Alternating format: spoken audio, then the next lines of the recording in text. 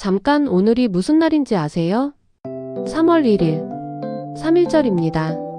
많은 분들이 공휴일이지 하고 그냥 넘기실 텐데요. 오늘은 그냥 넘기지 마세요. 왜냐면 오늘은 단순한 기념일이 아니거든요. 오늘은 대한민국이라는 나라가 처음으로 나는 존재한다고 선언한 날입니다. 총도 없이 군대도 없이 그냥 목소리 하나로요. 그런데 그 목소리가 얼마나 대단했냐면 100년이 지난 지금도 대한민국 헌법에 그 이름이 새겨져 있을 정도예요. 오늘은 그 이야기를 해보려고 합니다.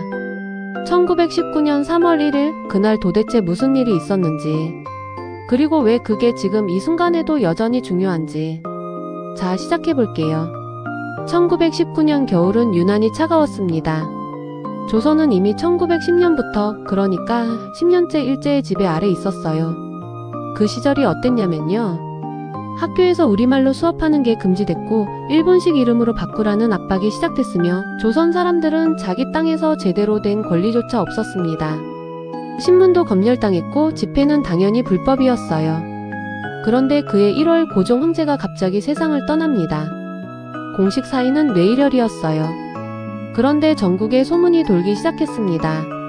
일본이 독살했다. 지금도 역사학계에서 이걸 확실히 독살이라고 단정하지는 않아요. 명확한 의학적 증거가 없거든요. 하지만 당시 민심은 그렇게 받아들였습니다. 그리고 그 소문은 말라붙은 장작에 불씨가 됐어요. 거기다 당시 세계 분위기도 심상치 않았습니다.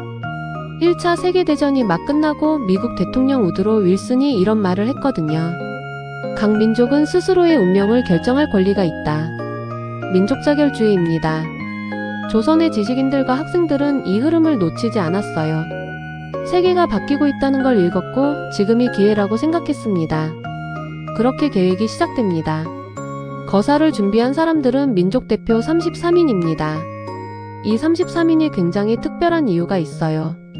천도교, 기독교, 불교 세 종교의 지도자들이 한자리에 모였거든요. 당시 조선에서 종교가 다르다는 건 사실 꽤 큰 경계선이었어요. 그런데 그 경계를 넘어서 함께 독립선언서에 서명한 겁니다. 신분도 지역도 종교도 달랐지만 딱 하나로 뭉쳤어요. 우리는 독립국이다. 그리고 1919년 3월 1일 정오, 서울 종로 탑골공원. 학생들이 모입니다. 시민들이 모입니다. 그리고 누군가 독립선언서를 낭독하기 시작합니다. 5등은 이에 조선이 독립국임과 조선인이 자주민임을 선언하노라. 그 순간 대한독립만세가 터져나왔어요. 그런데 여기서 재미있는 이야기가 있어요. 민족대표 33인은 탑골공원에 나타나지 않았습니다. 대신 인근 태화관이라는 요릿집에 모여 조용히 선언서를 낭독하고 스스로 경찰에 신고해서 체포됐어요. 이걸 두고 비겁했다는 비판이 당시에도 지금도 있습니다. 군중 앞에 나서지 않았다는 거죠. 하지만 역사학계의 주류 해석은 달라요. 군중이 흥분해서 폭력 사태로 번지는 걸 막으려 한 전략적 선택이었다는 겁니다. 만약 그날 폭력이 일어났다면 일제는 그걸 빌미로 훨씬 더 가혹하게 진압했을 테니까요. 비폭력 원칙을 끝까지 지키겠다는 의지였습니다. 탑골공원의 만세 소리는 서울에서 멈추지 않았어요. 그날 하루 전국 1,500곳 이상에서 동시에 만세 시위가 일어납니다. 이후 약 2달간 참여한 인원이 200만 명 이상. 당시 조선 인구의 10%입니다. 여기서 한 명을 꼭 이야기해야 해요. 유관순 열사입니다. 당시 이화학당에 다니던 16살 학생이었어요. 서울에서 시위에 참가했다가 학교가 휴교령을 받자 고향인 충남 천안으로 내려갑니다. 그리고 직접 만세 시위를 조직해요. 1919년 4월 1일 아운의 장터. 유관순 열사의 주도로 수천 명이 만세를 외쳤고 일제의 총칼 앞에서 부모님이 눈앞에서 숨지는 걸 목격합니다. 유관순 열사 본인도 체포돼서 서대문 형무소에 수감됩니다. 형무소 안에서도 만세를 외쳤어요. 고문을 받으면서도 굴하지 않았고 결국 1920년 18살의 나이로 형무소에서 순국합니다. 18살이에요. 그 나이에 그 용기가 어디서 나왔는지 저는 지금도 생각하면 말문이 막힙니다. 물론 일제는 가만히 있지 않았습니다. 총칼로 진압했고 그 결과는 처참했어요. 사망자 7,500명 이상, 부상자 1만 5천 명 이상, 체포된 사람만 4만 6천 명 이상. 그 중에서도 가장 충격적인 건 제암리 학살 사건입니다. 경기도 화성의 작은 마을 제암리. 일본 군인들이 마을 주민들을 교회 안으로 불러 모았어요. 그리고 문을 잠갔습니다. 그 다음엔 불을 질렀어요. 탈출하려는 사람들은 총으로 쐈습니다. 그런데 이 사건이 국제사회에 알려지게 됩니다. 당시 조선에서 활동하던 캐나다 출신 선교사 프랭크 스코필드 박사가 소식을 듣고 직접 제암리로 달려갔어요.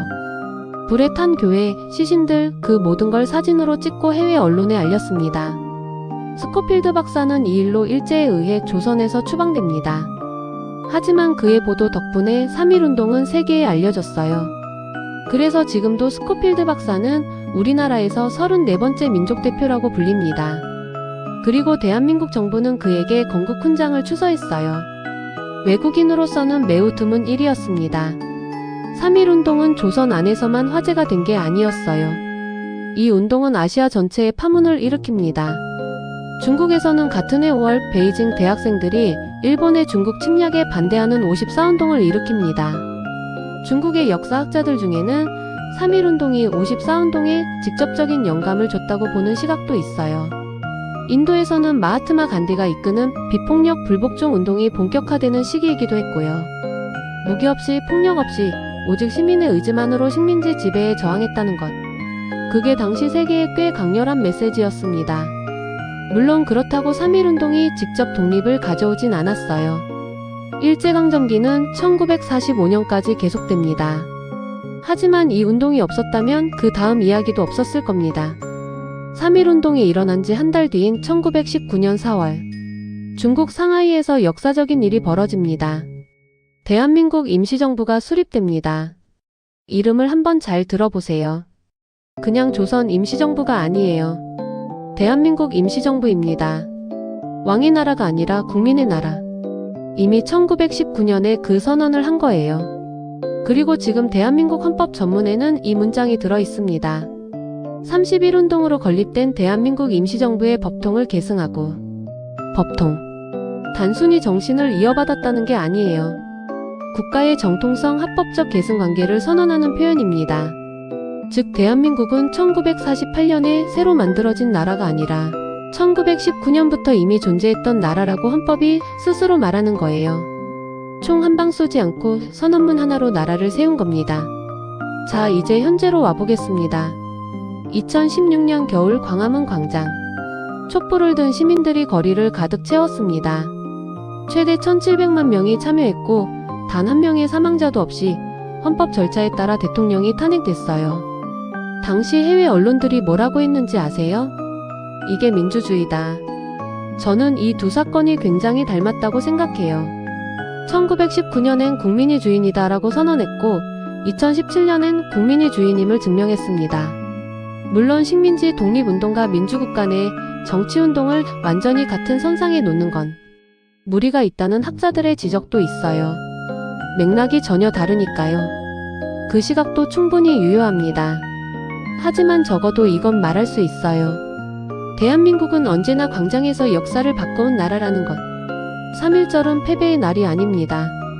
그날 만세를 외쳤던 사람들은 독립을 바로 쟁취하지 못했어요. 일제강점기는 26년이나 더 계속됩니다. 하지만 그들은 선언을 했습니다. 우리는 독립국이다. 아무도 인정해주지 않는 상황에서, 총 한 자루 없는 상황에서 그 말을 입 밖으로 꺼낸다는 건 어쩌면 총을 드는 것보다 더 용감한 일이었을지 몰라요. 16살 유관순이 만세를 외쳤고 이름 없는 농민과 상인과 학생들이 거리로 나왔습니다. 그리고 그 목소리들이 모여서 결국 나라를 만들었어요. 오늘 태극기를 보게 되면 한 번만 생각해 주세요. 1919년 3월 1일 목소리 하나로 나라를 세운 사람들이 있었다는 것을. 오늘도 시청해 주셔서 감사합니다. 다음엔 또 다른 이야기로 찾아올게요.